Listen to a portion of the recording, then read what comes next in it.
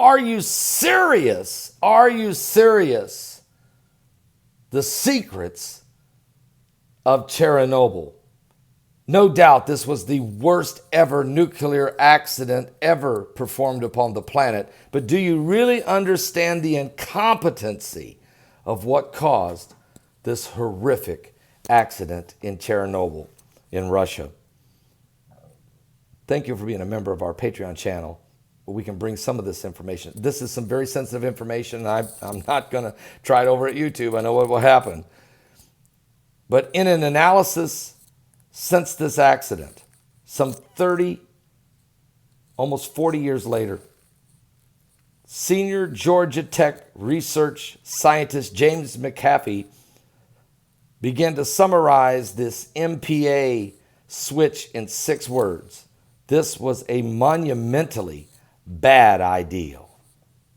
The team of supervisors and foremen began an experiment at 1 p.m. on April 25th, 1986, when they reduced reactor number 4 from a maximum power.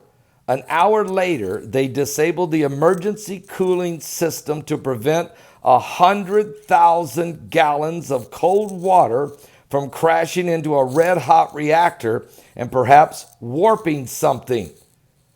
So then an unexpected power demand from far off in Kiev, Ukraine, made them postpone this test they were going to do. They temporarily powered it back up to a maximum.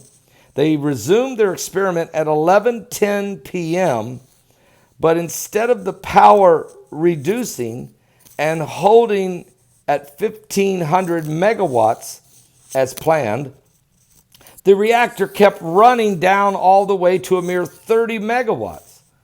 Then they correctly realized that the unintended spiral down was due to a fission power sequence of radioactive isotope decays, which had disturbed the reactor's normal equilibrium.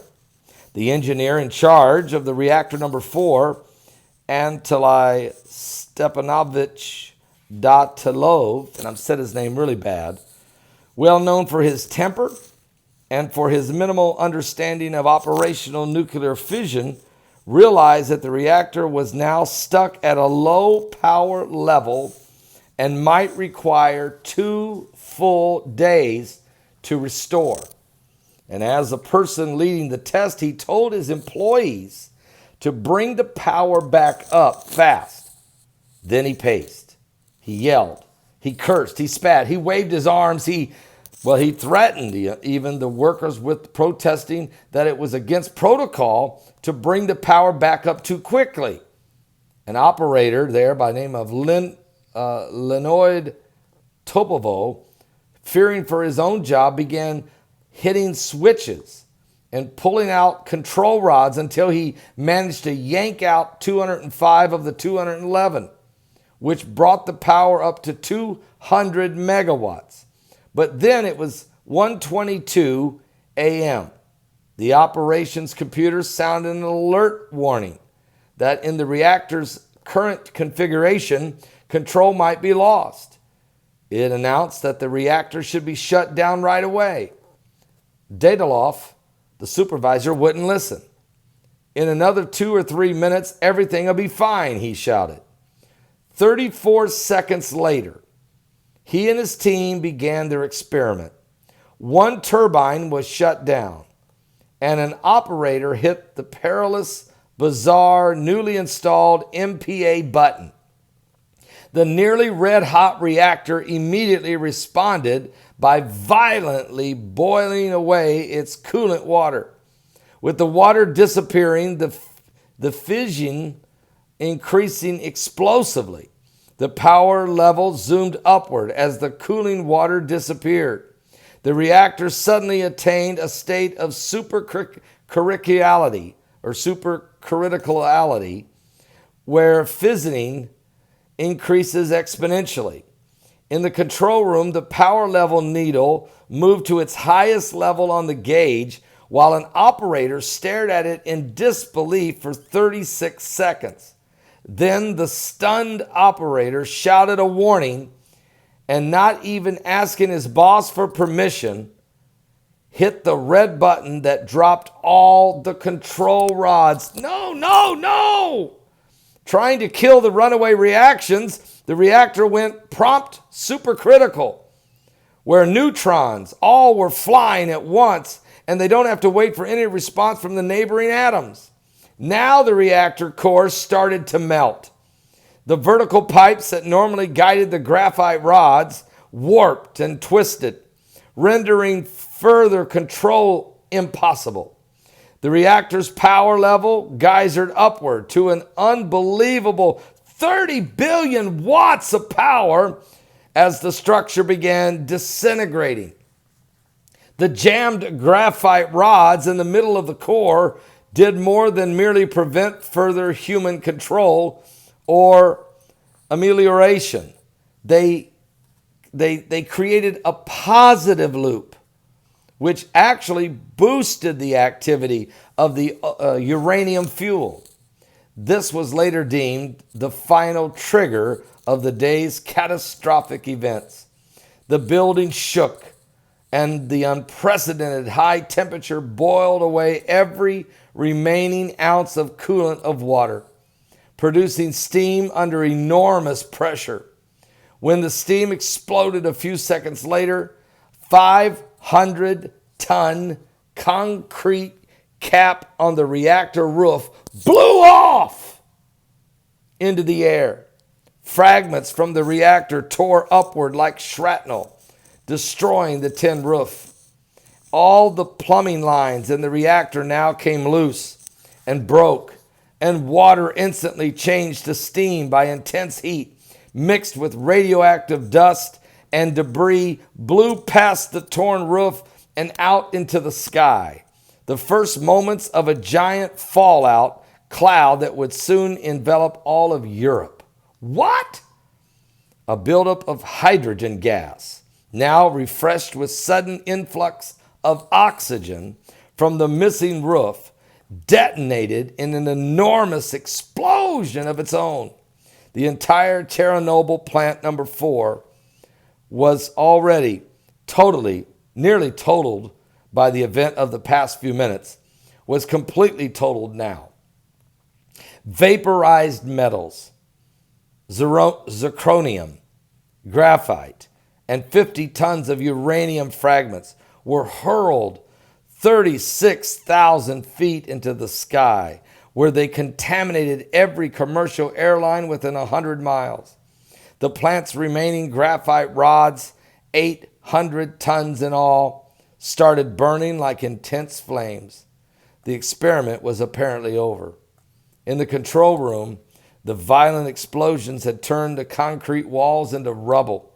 Sparking ceilings, fluorescent fixtures were now dangling from fallen electrical wires, and all the gauges and instruments were dark and dead.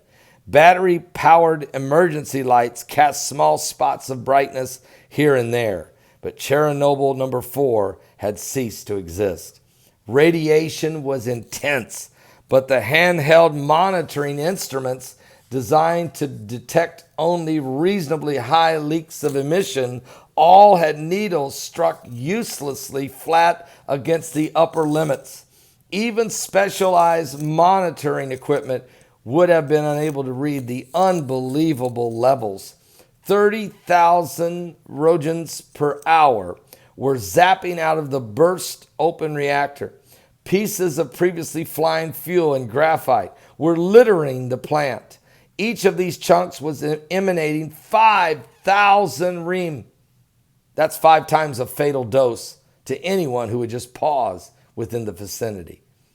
Meanwhile, Dalovich, arrogant and ignorant as always, believed the inside of the reactor was still unharmed and that all would be fine if he could just some water could be pumped into it. He even said so in a call to Moscow, in which he assured his superiors there was nothing to worry about. Firemen arrived and rushed to the roof where the tar was burning furiously. No one warned them about the radiation hazard, and a few of them lived to the end of spring. More than 100 graphite rods remained furiously on blaze. Blazing updrafts from this inferno continued unabated for the next 9 days.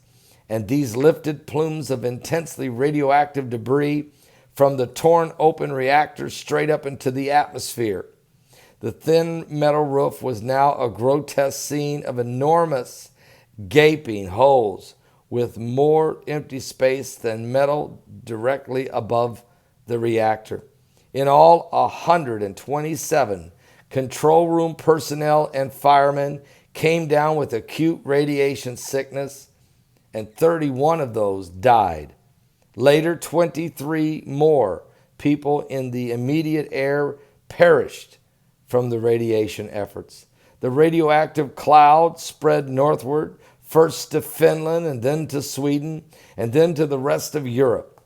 But the Soviet government warned no one, having considered Chernobyl a secret facility.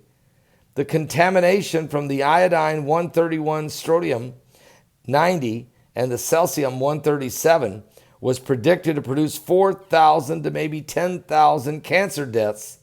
But as of last year, folks, according to the Ukrainian government, it was 8,000 had already died. And of the dozen people in the control room, 5 of them died agonizing deaths from radiation burns within a few days immediately after the disaster. Matter of fact, even the supervisor received a dangerously high dose of radiation and was left with a permanent invalid in a bed. 6 years later, he couldn't walk more than a few steps without exhausting himself. And according to the official Soviet report, his incompetence was directly responsible for the disaster. And soon after the catastrophe, he was found guilty of criminal negligence and sentenced to 10 years in prison. Though he and other convicted Chernobyl supervisors were pardoned after 6 years, the official version of the events states that the supervisor violated the most elementary safety precautions in that night of April 26, 1986, and bullied his subordinates into taking unnecessary risks that led directly to the destruction of the reactor and spewing of radioactive particles across a very wide area of Europe. In terms of the amount of contamination it produced, the Chernobyl explosion was equivalent to more than 10 of the atomic bombs dropped on Hiroshima, and hundreds of thousands of people were permanently forced from their homes. It was by far history's greatest radiation accident. Chernobyl, Wormwood. But the Wormwood deep impact that's coming in the Bible will be incredible, as it will kill hundreds of millions of people with radiation poisoning. Men will beg to die, and death will flee from them. Give your life to Jesus Christ. This world is dangerous and getting worse. Christ is coming soon. That's why the Bible says, pray that you be worthy to escape the hour of temptation that's coming upon the earth. Thank you for being a member of this Patreon channel. Tell others to come and join. I'll continue to bring you more information that's so sensitive that the information can't be revealed. Are you saved?